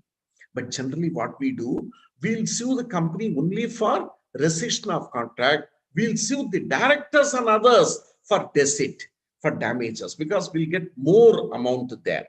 But you cannot keep the shares and sue the company for deceit. That cannot happen. Right. First, let us go to criminal liability in misstatement and prospectus. Now, when there's a misstatement, see, every person responsible for the misstatement will be liable for fraud under 447. And I've checked up what is fraud under 447. Imprisonment not less than 6 months extending to 10 years. Not less than 6 months extending up to 10 years. Look at this language. 10 years imprisonment and fine, no compounding of offense, not less than the amount of fraud, and the amount may extend to 3 times the amount of fraud. This point I have taken out from the fraud section. Criminal liability. All these people, the directors, the expert, the promoter, every person whose name appears in the prospectus, of course, to what extent they'll be liable will be decided by the court of law, looking at their level of participation in the prospectus and level of misstatement, what they have made. Of course, what are the defenses available? Very interesting. See, look at the law which has been framed, the manner in which the law has been framed. Initially, they are saying one blunt statement, come on, all these people are liable criminally. Now, having made liability, now what are the defenses which are available? First defense available is, if we can prove statement was immaterial, that's a small defense available. Sir, some sentences, some grammatical mistake I have made, it is not a material fact. So some statement or opinion which was made, it is immaterial. That will no way influence the investor. Then probably you'll go have a gateway. Or he has reasonable grounds to believe, and I did believe that the statement was true. If I tell in Telugu, Naku nammalsina Sandarbham uddindi nenu nammanu. I had reasonable grounds to believe and did believe the statement was true. See, in life, you cannot, everything cannot be proved, isn't it? Depending on the circumstances, we'll act. I just totally believed it. See, for example, the prospectus, one of the directors says, it was put in the table of the meeting that the company had 100 acres of land. Just 5 days before the tabling of prospectus, the MD and the company secretary jointly, they sold 5 acres of land. How will the ordinary director come to know? If you make me liable, then it doesn't make sense. I honestly believe, I have reasonable grounds to believe that the company, so I should not be punished. There was no negligence on my part. On third one, the omission was necessary. So these are the light defenses probably the persons have got. What is the civil liability? Apart from the criminal liability, civil liability in the prospectus, who can be sued? As I told you, the director, any person who is authorized, all this fellow promoter, every fellow will be liable. And what are the defenses available to them? And what is the extent of liability? To the extent of compensation sustained for the damage. No limit on liability. You can just go on. Now, when it is proved that they defraud these applicants and all, there is no limitation on the liability also. If your intention was defraud all this person, so it may run in crores also. As I told you in one of the case, LIC lost 1,000 crores. Like that, now institutions are subscribed for the shares in lakhs and crores of rupees. So this makes all the difference today. The law is made so stringent. Now what are the defenses? Civil defenses are different. First one, he says, having consented to become a director, he withdrew his consent. So prospectus was issued without. How it will be possible? See, I agree that I was a director, but I resigned as a director. On the date of issue of prospectus, I am not a director. Now the question arises, how did my name appear in the prospectus? Then how did I sign? Let's not look in the facts of the case. Some duplicate bogus signature was put in. We don't know. So he is able to prove in the court of law, I was a director long time back and I've already resigned. Probably the forms were not filed with ROC. The company wanted to take advantage of this and somehow they put their name and put me in trouble. So if you can prove that I was not a director as on the date of issue of prospectus, then probably an excellent defense available. Prospectus was issued without my consent or we gave public notice. I'm a director. I went abroad or I never attended the meeting. I can prove that I am also as ignorant as you are. It is surprising that the company has issued prospectus. Then how did you sign? Let's not go into the facts of the case. My signature was forged. We don't know all that. So I'm trying to prove that I am seeing the prospectus for the first time. And before prospectus issued and before allotment, then you give a public notice in the newspapers. Sir, this prospectus, my name is put as director. I don't know. I'm not given the consent. At least the investors be aware. This is the second defense available to you. That's all. No more defenses. The old Companies Act, we had quite a lot of defenses. All that has been removed. Then, expert statement. See, there are many people who will give some remarks and statements in the prospectus. For example, chartered accountant. Chartered accountants give some statements about the financial position of the company, past financial position, and also some tax benefits and certain things. Then some technical person, for example, in cement company, they have adopted rotary technology. And what is rotary technology? No one knows. And cement expert gives a statement for about 2 paragraphs and finally comes to a conclusion. This technology is the best technology available in the world. Then everyone will start investing based on this technology only. Is that clear? So you find that these are all experts who are making statements in the prospectus. Now, what about as we said, all this, the section impose a liability, every director, expert, and all these people, compensation, sustaining securities, which have to be misleading, right? So therefore, expert includes the valuer, engineer, chartered accountant, and who have under a particular law, they have made a statement. And a consent must be obtained. Expert might have given a statement in some journal and all, you have put it, then you will not be liable. The expert must know in clear terms that this particular paragraph or this particular article is going to be included in the prospectus for which he has given the consent and the consent was filed with the ROC, then obviously he will be liable. Expert should not be connected to the formation management and all because bias may be involved. He should be outsider only, an expert. Then what are the defenses available to expert? Having given the consent, he withdrew the consent before the prospectus for registration. Yesterday, an valuer gave a statement stating that the value of the land and buildings is 5 crores market value. Today morning, when I saw it, it was leasehold land. The value is not 5 crores, it will be hardly 2 crores. So no damage done. Rush to the ROC office and try to withdraw the consent which you have given. Then you will not be liable, no damage done. Now, after delivering the prospectus before allotment, you do one thing. Now you came to know of the misstatement, no harm done, still allotment is not over. Just give a public notice stating that this is the mistake I made, I'm withdrawing my consent. Then probably you will not be liable. Say punishment, you see, for fraud and all that. Say I've already told you it is 6 months imprisonment to 10 years, 3 times the fine, all that.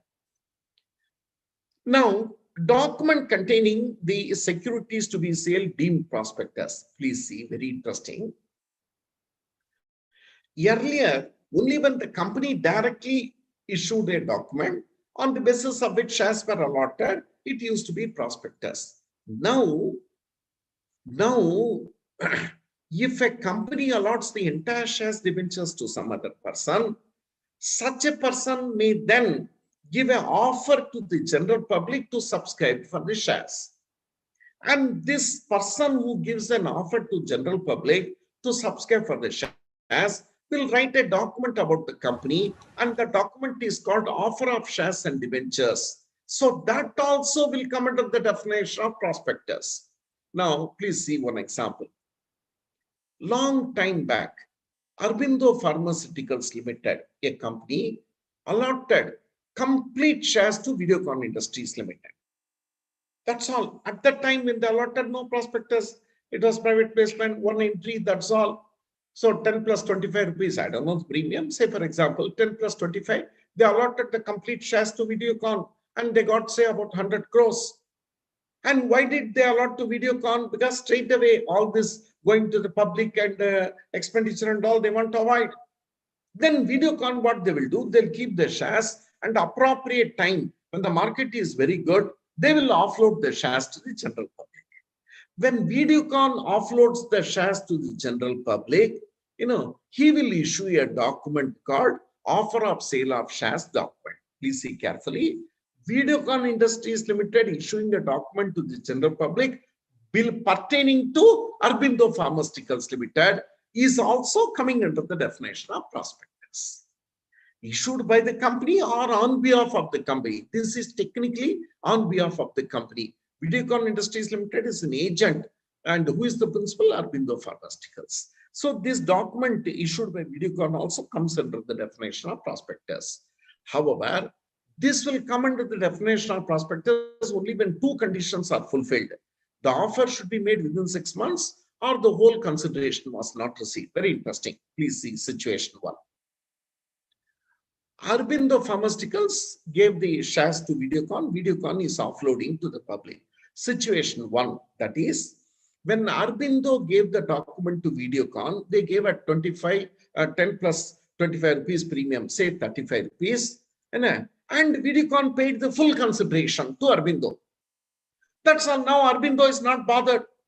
So they will now Videocon, when they issued the document to the public, and they issued the document to the public within 6 months, then only Aurobindo also will be responsible.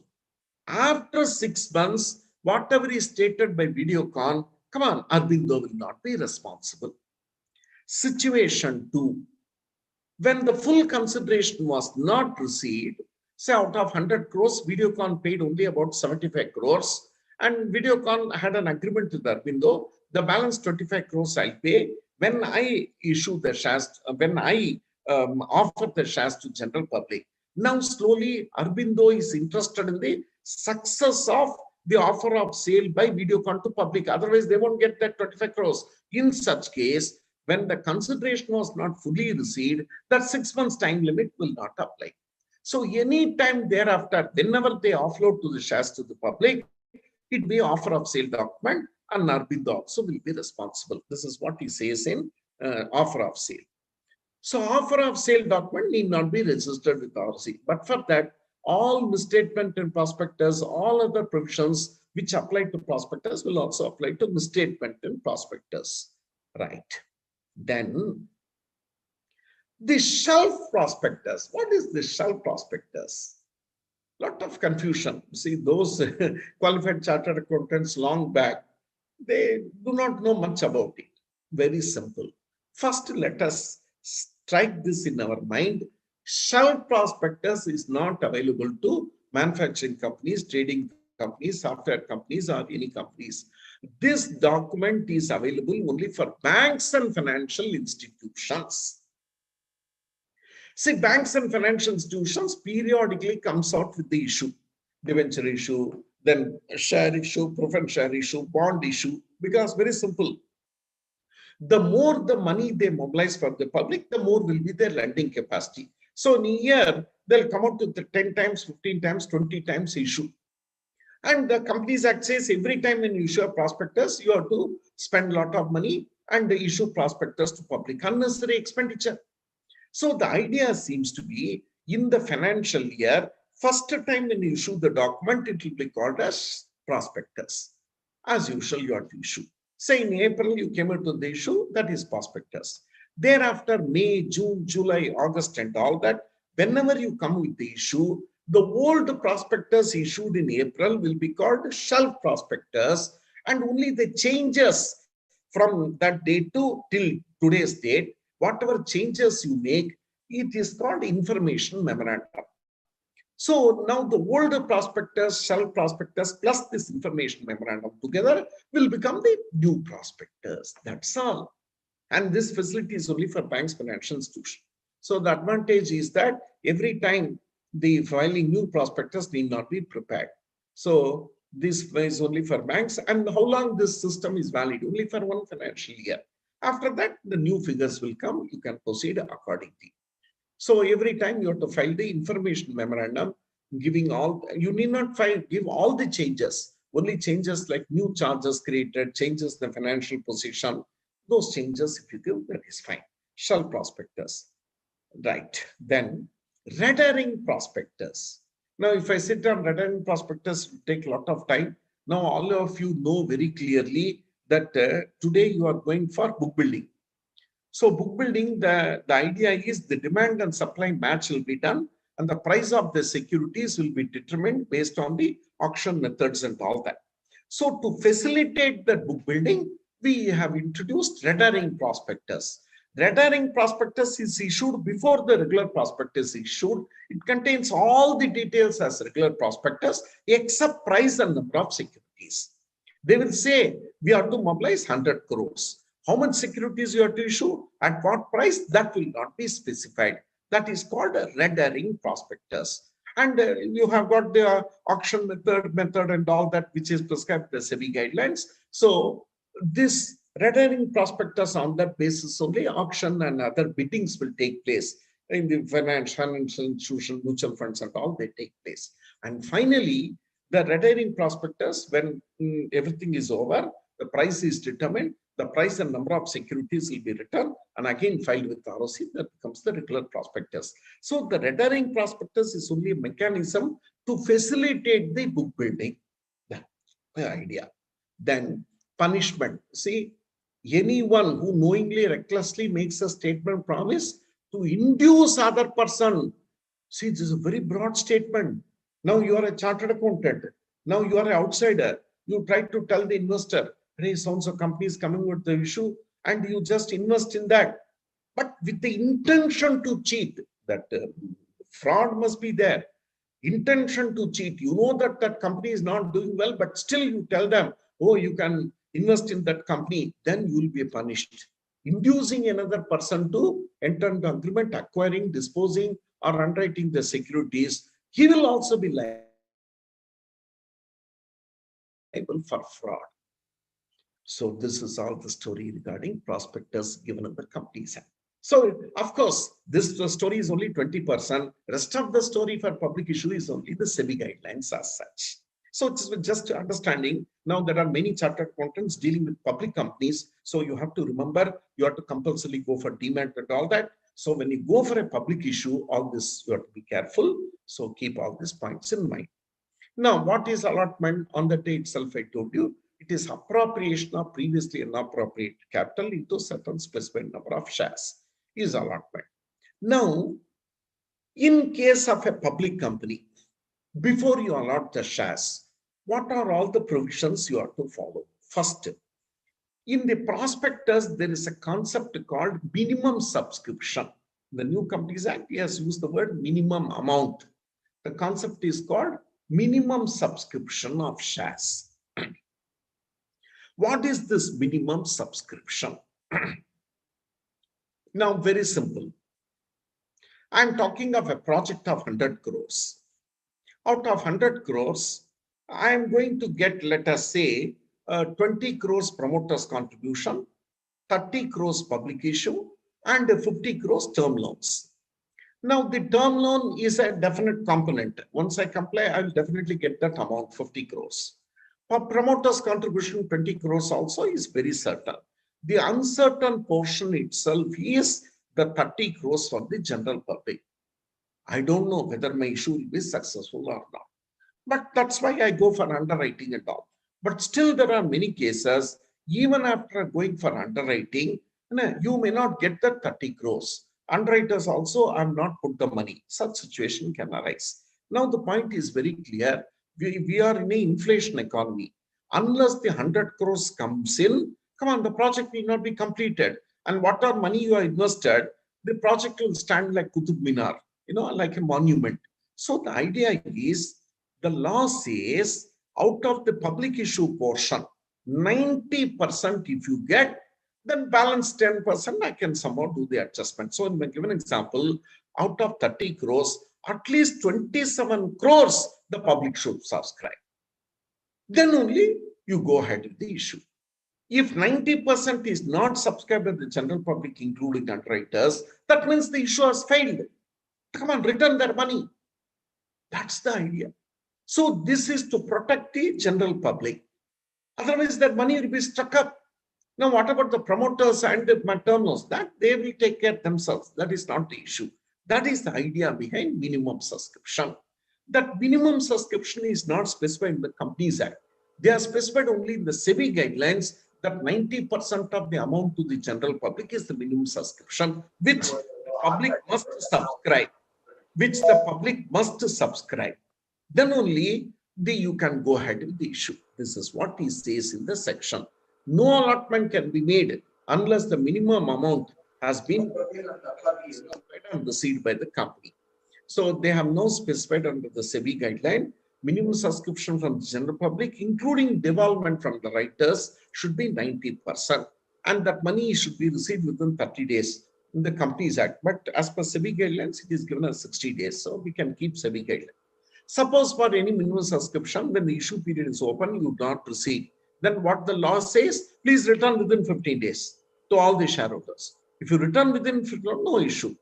So after 15 days, if you don't return, the company, not the company alone, the officers in default, all this, the promoters, the directors, the company secretary, everyone, that is the KMP, will be liable to refund the money with interest at the rate of 15% per annum. So this is a very important point. So they are very particular that minimum subscription must receive within that offer period. Otherwise, within 15 days, please refund. Otherwise, you have to pay interest. Another guideline you must keep in mind is application money. See, 10 rupees is the value of the share, nominal value. I'm not talking of premium. Say nominal value, if this point is not there, what they will do? Some unscrupulous company may offer application money 10 paisa. Then huge subscription will get. That's not possible now. The Companies Act says minimum subscription should be 5%. However, SEBI guidelines says 25%. So if it is I find a lot of disturbance. Please put it mute mode, please. All right, thank you. Now, 5% of the amount only should be the minimum application money. But SEBI guidelines says 25%. We'll go as per SEBI guidelines only if you are going public issue. So 25%, this you are. And before allotment, one more thing you have to comply with. May I request that HK Krishna to please keep in mute mode. HK Krishna, please keep in mute mode.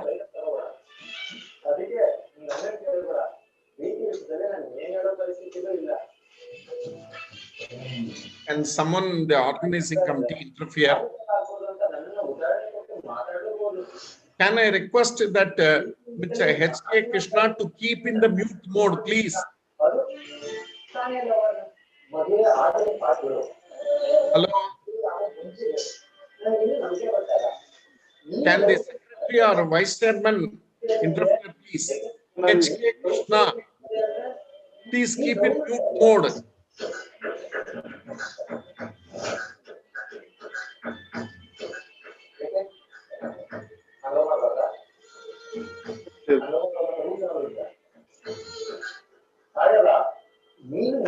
Hello, can someone interfere, please?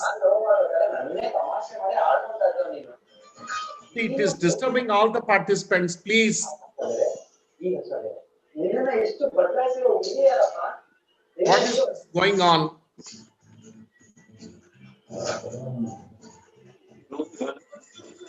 Can that HK Krishna please keep the audio on the mute mode, please?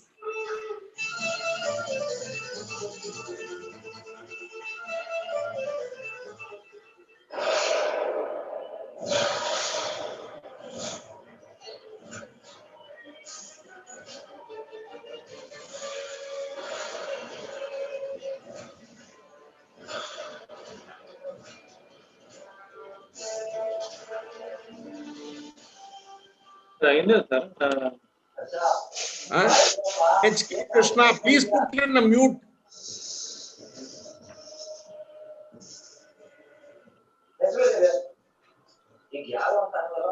Can someone please?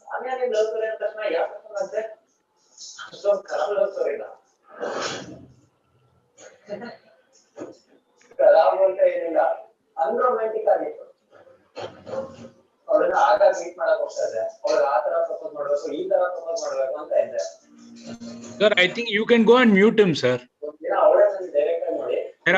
Mute him. You can mute him, sir.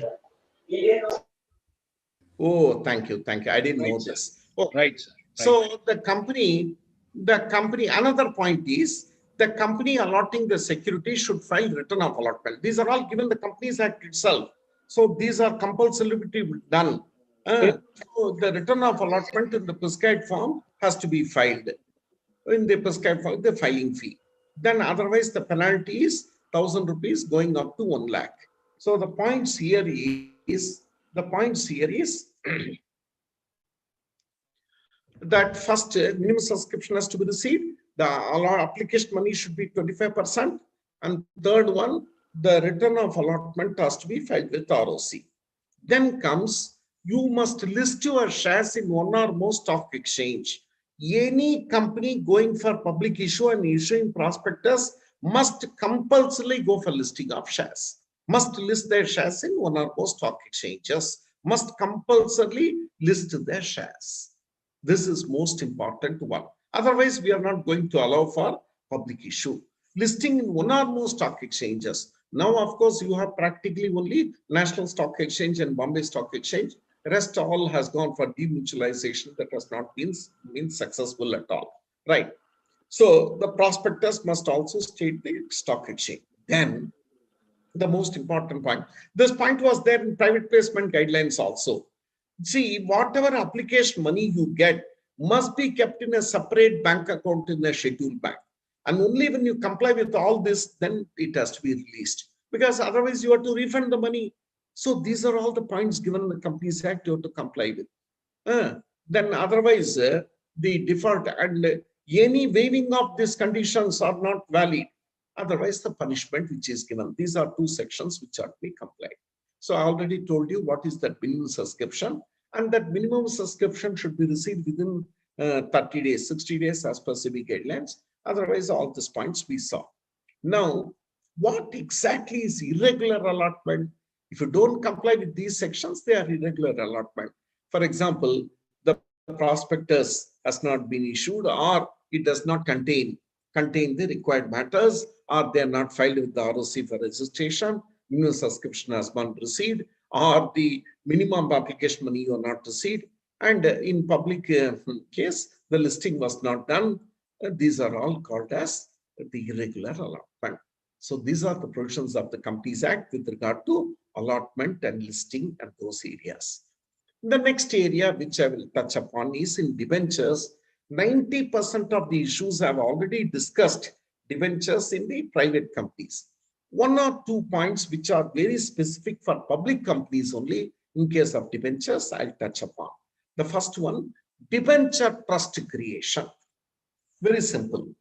You already saw the other day when I was telling that debentures usually are secured over the assets of the company. Now, when you create a security, the charge has to be created. The problem is in whose name you will file the charge. There are a number of debenture holders. Even if you file the charge in the name of all the debenture holders, then periodical transfers will be there. How the charge will be enforced, those problems will arise. So, when in case of public company, when you issue debentures, then the secured debentures, the charge has to be created. To facilitate creating the charge, you must create a trust, which is known as debenture trust. The main advantage will be the company will create a debenture trust, and the person who administers the trust will be debenture trustees.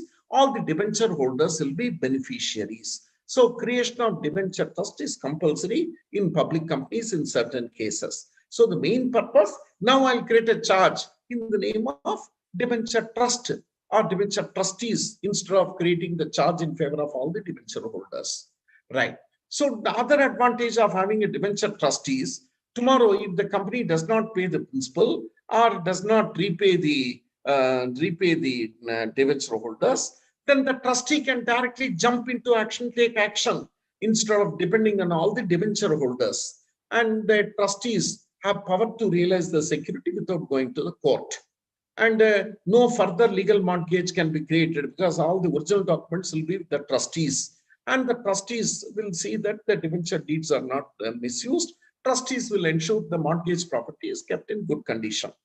That is what the debenture trustee is compulsory. When the debenture trust is compulsory in public companies, only when you issue a prospectus to public or members exceeding 500 people debentures, then the trust is compulsory. The rest of the case, it is optional. Then you must appoint one or more debenture trustee. Even though individuals can be appointed as debenture trustee, usually we don't. Only the banks, financial institutions who got good infrastructure, they'll be appointed as debenture trustees. Only they will be appointed as debenture trustees. Then debenture trustee will take all these steps to this. Now, one important point when you create a debenture trustee, the debenture trustee will not be relieved of the liability under any circumstance. Debenture trustee will not be relieved of the liability on any circumstance. Sometimes, though the debenture trustee will be paid the remuneration and all, his liability may come to crores of rupees. He has to be liable. Relieving from liability is not allowed as such, unless the debenture trustee subject may be agreed. Now, this is very interesting point. Now, suppose the debentures, we have given a charge, the value of the asset was 10 crores. And the debenture which we have issued is 8 crores. Over a period of time, due to depreciation and other factors, the value of the assets have come down, and due to interest factor, debenture holders' amount payable has become more. So now let us say that at present, the value of the let us say the value of the debentures issued is about 12 crores with interest. The value of the assets have come down to 8 crores.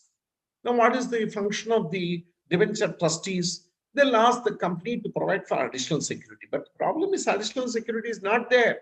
Then what shall I do? Beautifully, he says, the debenture trustees will go to company law tribunal and ask the tribunal please see that the company does not incur further liabilities, because already to the extent of 4 crores have become unsecured. If you create further liabilities, I don't know whether that liability will be used to create an asset or not. So in the event of liquidation, I will be affected. So this is a very important point in which they can go to the tribunal as such. Right. Now, so this one point regarding debenture trustees was there. Now, in the acceptance of deposit by the company, on the day in the private company, I was talking of only acceptance of deposits by private as well as private company from the members. That was permitted. Today, we'll discuss about acceptance of deposits by the companies by public companies. What are the provisions of acceptance of deposit? I repeat, we are in the very wrong impression.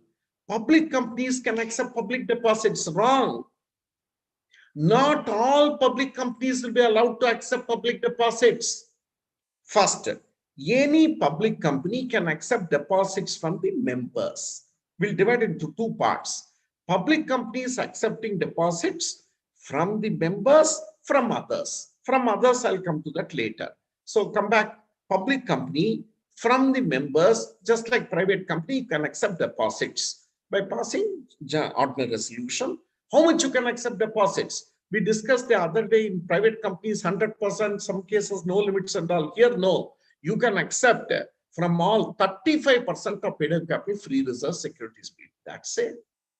So we don't want you running the business with creditors' money. So 100 rupees, if you have brought in money as share capital, reserves and surplus, 35 rupees you can go for loan funds. Fine, excellent. So you can take from the members only up to 35%. Then what extra points you have to comply? You have to file DPT-1 with the ROC. That is not only filing with DPT, you have to issue. This gives some details about the financial position of the company, number of depositors, and other previous deposits and all. It's not a prospectus. It contains just 1 or 2 pages of some information, DPT-1. The idea is, even though it is a public company and members are investing it, they should not blindly put the money. On the basis of information, let them involve themselves in informed decision-making process. So the DPT-1 has to be issued, and you have to file it with the ROC, within 30 days before the issue of the circular. After filing with the ROC only, you must issue this DPT-1. Then you have to keep the 20% of the amount of deposits with interest maturing during the year in a separate, just as the debenture redemption reserve account, which we discussed in public companies last time, deposit reserve, repayment reserve account you have to keep. This is to facilitate liquidity, so that on the due date, if you don't have funds, you have to use from this account and repay. So 20% only now you have to keep in the deposit repayment reserve account for every public company, even if you have issued to members. Then the company, we should not have committed default on the earlier deposits. If you have committed a default, see, very important point, after you rectify the default also, for next 5 years, you cannot go for any issue of deposits to the general public. This, many of us are missing it. Earlier, you have committed some default to the members, you have rectified the default. From the date of rectification for next 5 years, you cannot accept deposits from the general public. These are all the additional points for deposits from members. Now, as I told you the other day, in a public company or even a private company, you can accept deposits secured also. You can, if you are providing secured as well as unsecured deposits, you can have a new ideology. So when you issue secured deposits, you have to specifically state, and you have to also state that portion which is unsecured, you have to use the word they are unsecured deposits only. Then, right. So these are the points of issue of deposits by public companies to unlisted companies. Now let us move on to issue of deposits by eligible companies. That means only these companies can really accept deposits from the general public. Which are these companies? Eligible company means a public company having net worth 100 crores or turnover 500 crores. That's not all listed companies can accept deposits from the general public now. Now, those who are fulfilling these criteria, I think there are less than 2,000-3,000 companies in India. Only they can go for public deposits. It should be a public company. Listing is not the criteria. Net worth 100 crores or turnover 500 crores. You go for public deposits from the general public. And there also special resolution has to be filed. Then, now, these companies, they are called eligible companies. Already I told you, public company, 100 crores paid up capital, turnover 500 crores. What are the other compliances also they can make? How much they can accept? 10% from the members, 25% from the general public. That's it. Other ordinary public companies, you can accept 35% of the members. Here what he did, 10% you can take from the members. Public, you can take only 25%. Lot of restrictions now. General public, you can take only 25% as such.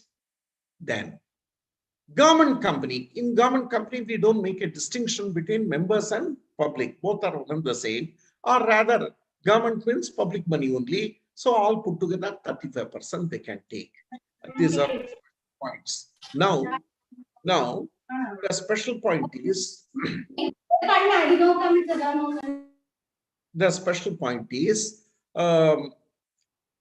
this DPT1 earlier in a public company, if you file with ROC, that is enough. But here now you have to issue this DPT1 in newspapers, 2 newspapers, one in English and one in the local language, and also put the DPT1 on the website of the company. These are the extra provisions you have to comply with. And you have to write in the DPT1 that we have not defaulted in the earlier acceptance of deposits. In case we have defaulted, then 5 years should elapse after that. All that you have to state in the DPT1. And this, apart from that, of course, you have to file, along with the return of deposits. Credit rating is compulsory in this case.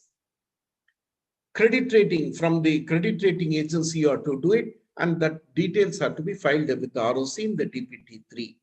And such companies which have accepted secured deposits, you have to create a charge within 30 days. These are all the extra points. Now, other repayment of deposit, you should repay as per the conditions. Then failure on repayment, then they can go to tribunal, and all these points I discussed in private company itself. And I was talking of credit rating, which you have to file. Now, creation of security. Now, appointment of trustees for the deposit holders. In case you have issued secured deposits, then trust creation is compulsory at least 7 days before issuing the circular. And same provisions as we saw at debenture trustees, these have been repeated in deposit trustees, who will be liable if he is a director, KMP or other officer. He should not be appointed as a trustee or is indebted to the company. As I told you, banks and financial institutions only will be appointed as debenture trustees mostly. Then, the return of deposit which you have to file. I remember when I was discussing the private companies, we were talking of DPT3, which has to be filed with ROC. So quickly, now DPT3 has to be filed within specified time, but now it has been extended up to 31st December. So for public companies also, you still have time, you can file DPT. Now, what about the DPT3? Once again, I explained this, once again, I'll explain again. DPT3 has 4 radio buttons. That one is the radio button 1, 2, 3, and 4. Now, radio button 1, they are independent. They are not connected with each other. Radio button 1 is one-time return you have to file. DPT3, radio button 1, one-time return. All the companies have to file, including public companies. And they are not all the details in the balance sheet for 5-year details. So 1st April 14 to 31st March. This was supposed to have been filed by 30th September 2019. So if you have filed it, no subject of discussion. If you have not filed that radio button 1, now at least you file it before 31st December year, extended period due to COVID. Now, no fee has been provided for filing this DPT1, radio, but DPT3, radio button 1. So now take advantage of the company fresh start scheme, and without additional filing fee, you can file it before 31st December. This should be supported by the auditor certificate. Now this point already discussed. Suppose the items entries are nil, should I file? The different ROCs are taking different stand. ROC Andhra Hyderabad took the stand, you have to file. ROC Bangalore took the stand, not required. Anyway, even if there's a nil return, my point is just to file it. There is no filing fee also. There's a time extended. Why invite troubles and all? So you can file it if you're not filed it earlier. Now, DPT3, radio button 2. This is the return of deposits. Very simple. I repeat again, public company.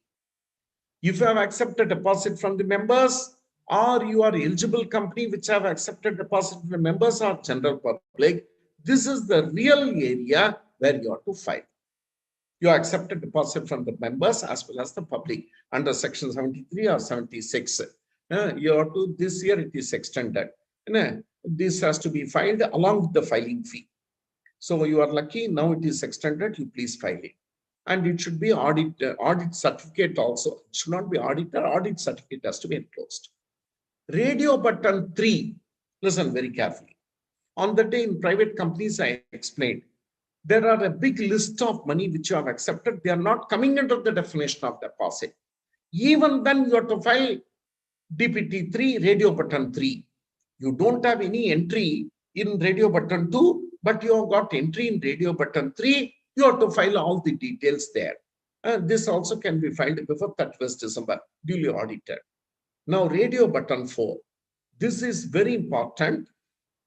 In radio button 4, very simple. In radio button 4, there may be a situation where you have also accepted deposits, you also have exempted deposits. Instead of filing radio button 2 and 3, you can combine everything and file in radio button 4.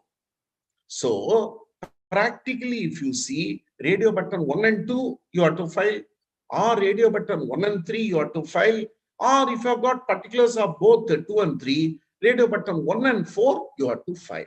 So radio button 2, 3, or 4 only, you may have to file all this. Then auditor's report in the Caro report. This also I discussed on the day itself. You have to, the company has accepted deposits, they have to specify all this details also in the Caro report, which I discussed on the day.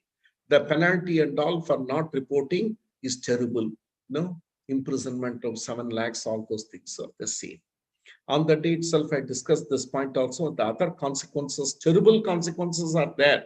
That if you don't comply with the provisions of deposits, then issue of bonus shares also will be stopped. Reduction of capital cannot take place. Buyback of shares cannot happen. Payment of dividends has to be stopped. Then it leads to vacation of office of director. When I was discussing the private companies, I have discussed all these points in detail. Those participants who could not attend my private companies, they are put in the YouTube and all. Please have a look at it. So the don't violation, it have terrible consequence. And also class action suits I discussed. Now deposit holders also. How many deposit holders? 100 deposit holders or 5% of number of depositors, whichever is less, or deposits to whom 5% of the total deposits is outstanding. They can directly file the case against the director and all. They are running the company prejudicial to public interest and get compensation. Even when the audit firm, they can directly sue the auditor. The deposit holders not only sue the company, they can sue the auditors also in case of any wrong certification by them, fraudulent, unlawful, or wrongful conduct. These things I discussed very much in detail. Now, we'll go to the next area of discussion. Voting through electronic means. Voting through electronic means. Section 108.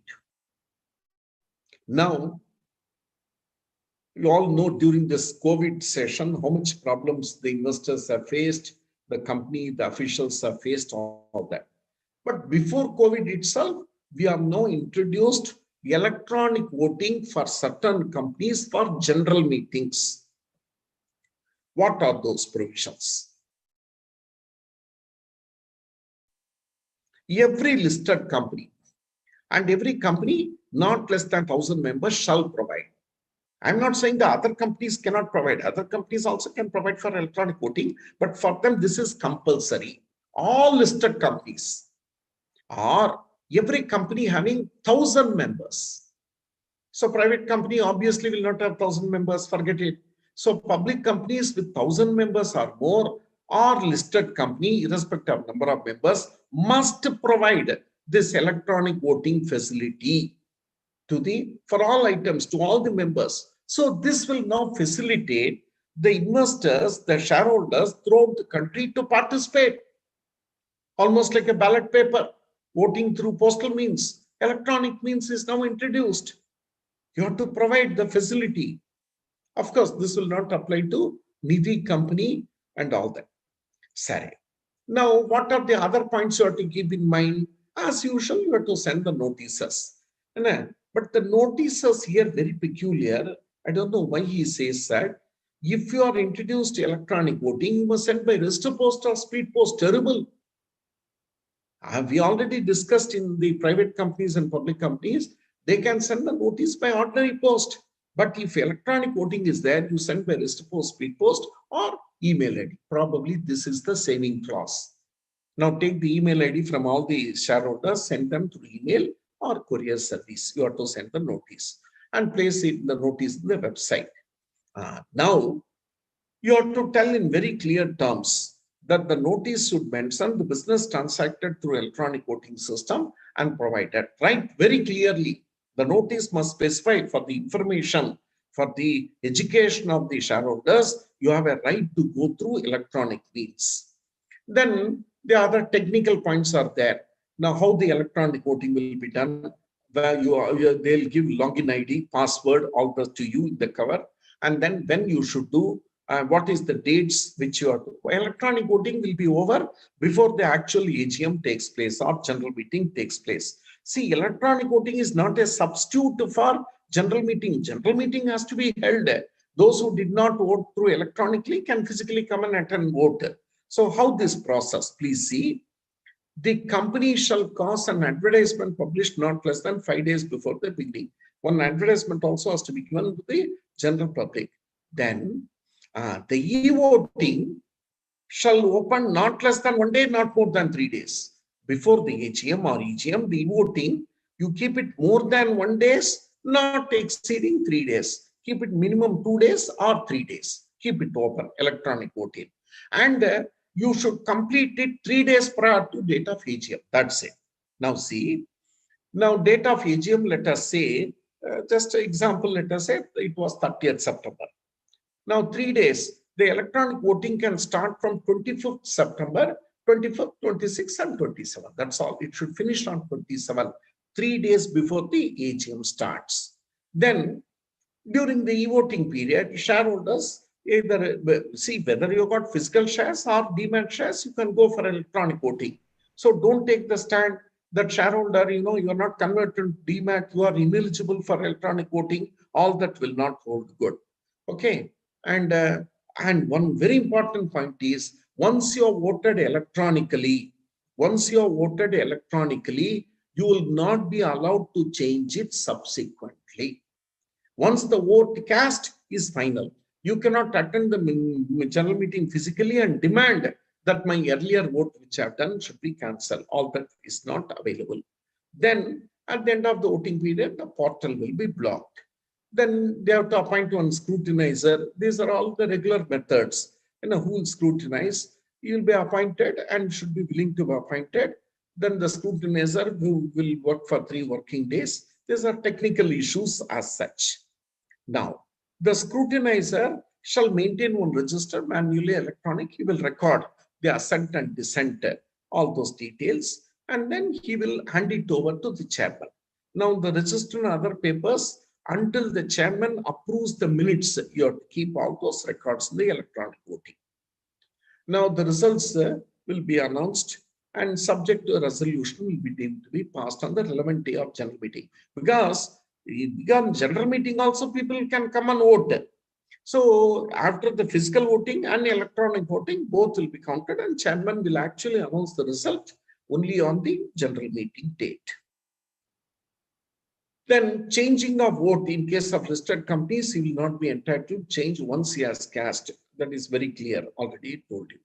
And very important, a member who has cast his vote through electronic cannot be permitted to appoint a proxy, although he may attend, that's all. Because he already voted. The purpose of appointing proxy is only for voting purposes, not for any other thing. So these are the guidelines regarding electronic voting, which is compulsory for public companies. Postal ballot. See, there's a lot of confusion between electronic voting and postal ballot.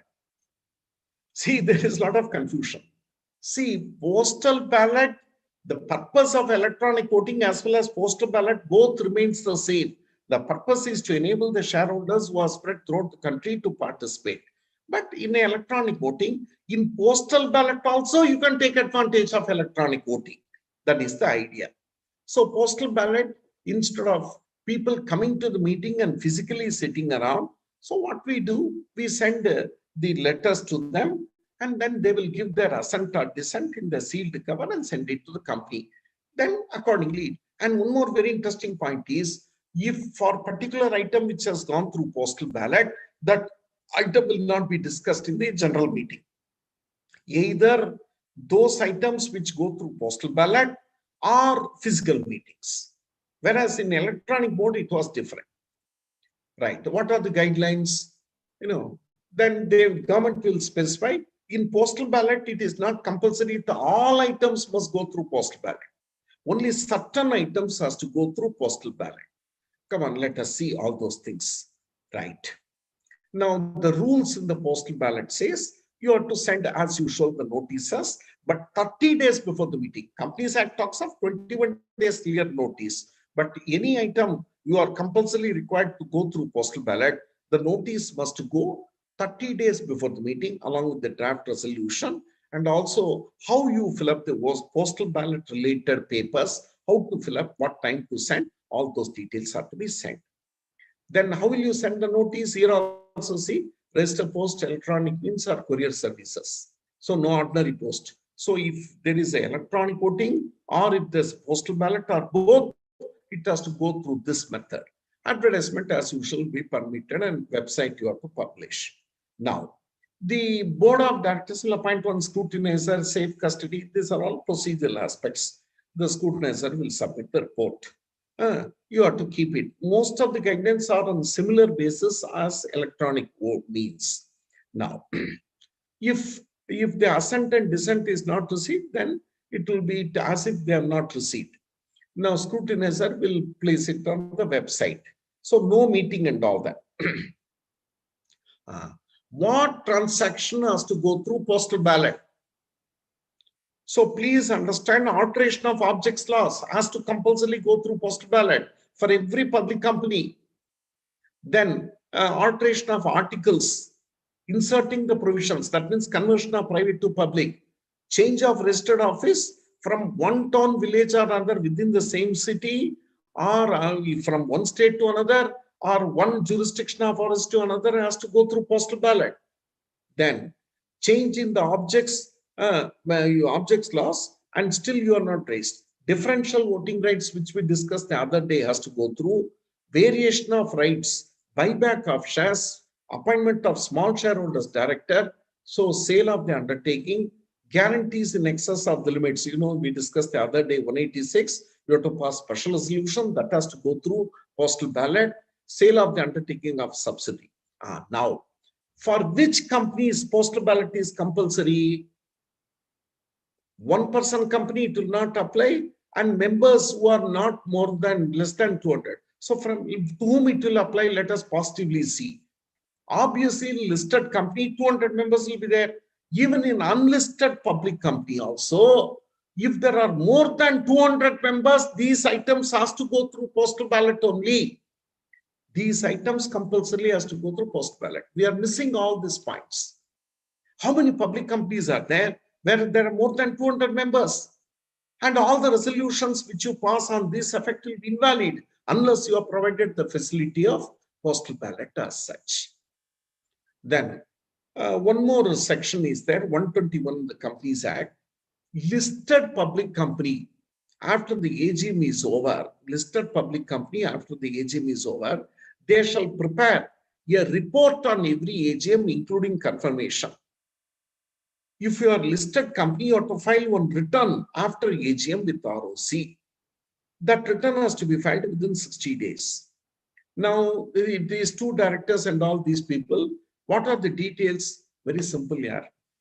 You all know now, private companies, practically there's no AGM, there are kitchen meetings. You just take the signature and attendance register of all these 5-10 members and say AGM is conducted. No one is interested because public interest is not involved. Second issue. In public companies also, if it's closely held, fine. If it is a listed company, what is happening? There are some unscrupulous companies, what they are doing, they are just bogus meeting. There was no meeting held, and they take the signature in the attendance register of some 20-25 shareholders and say meeting is held. Now it cannot happen. So when did you hold the meeting? Within 30 days, you have to file with ROC, signed by these people, date, time, date, venue of the AGM, confirmation, who was the chairman of the meeting. In other words, we are trying to say whether the proceedings were properly conducted or not. Number of members who attended the meeting, confirmation of quorum, then is that all the provisions of the Companies Act, rules made there under secretarial standards have been complied with. Business, what are the business you are transacted, each and every business, and also if there's a postponement, all those details and other relevant points. One return also has to be filed. So what is the penalty? 1 lakh rupees and further penalty 500 rupees per day. So this return also has to be filed with ROC compulsorily. Then officer in default includes any person accustomed to act.